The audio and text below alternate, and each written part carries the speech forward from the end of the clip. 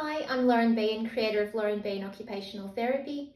I've been creating these videos to help clients with stroke or brain injury or their clinicians to try and regain some functional use of their affected arm. In my last video, I talked about passive range of motion of the shoulder, which means that someone supports the arm completely into its full range of motion, or as far as is comfortable and not painful.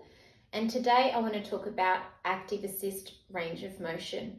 So if they have some movement in the shoulder, either forwards, backwards, to the side, to more the midline, or even elevation depression.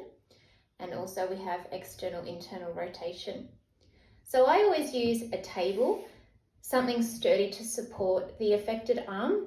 Remember, we don't want to have any subluxation at all of that shoulder. And then I either use a face washer, talcum powder on the table, sometimes a skateboard, to then rest that affected limb on. And that's sort of the target that we're trying to help move that arm. So rest it under the forearm, and then if they have any movement, try and encourage them to slide the object forward and then slide it backward. If they don't have much or any, either assist them with your hand or get them to use their unaffected arm to push forward and backward. But if they have any of their own, even if it's only like a few centimeters forward, backward. Some people can go backward but not forward. So again, 1,000 repetitions, so you do it as much as you can. I'll just do it to the side here so you can see. It's easier with something slippery, so it depends on how far you're grading. If it's to make it achievable, you're more likely to use a skateboard or something that's really easy to move forward and backwards. But if you're trying to make it a little bit harder, use something like a dry face washer. So forward, backward, or use your arm, forward, backward. So that's flexion and extension of the shoulder. Then we want to do angel wing, so abduction out to the side and then adduction back in. So same thing, have the object there, rest their forearm on it, and then we bring it out to the side and then back in across. If they can, get them to push it. Or you might do it 20 or 30 times with them and then say, right, I want you to put your hand on it. Don't help too much, but just give it a little bit of a pull and then a little bit of a push. So that's the abduction, adduction. Then there's the open the gate, shut the gate. Open the gate, shut the gate. So this is external rotation, which is under the shoulder, and then internal rotation. Again, forearm on the object.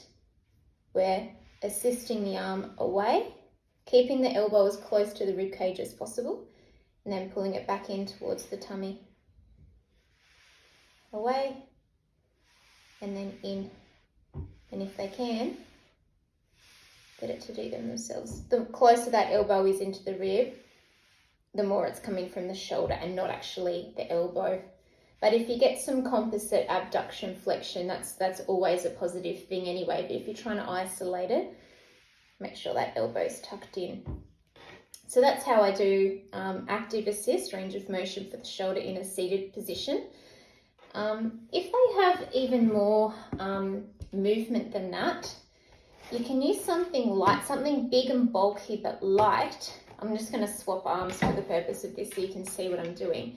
Put the object on the table, again keeping the elbow close to the rib, and then just get them to move the object. And then bringing their arm in and then open the gate, pushing it away. Again, you could do it with them or they could do it with themselves. Active assist. So that's just some quick tips and tricks for active assist range of motion of the shoulder.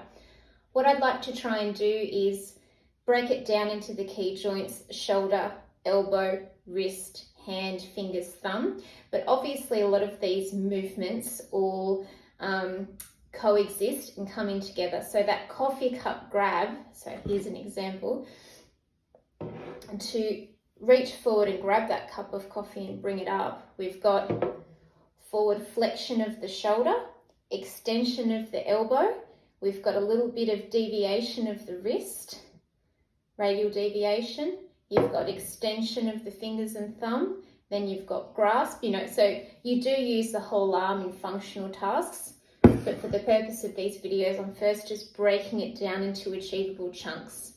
So I hope that makes sense and I hope it's helpful. Always remember to consult with your treating health practitioner about the best exercises and activities for you.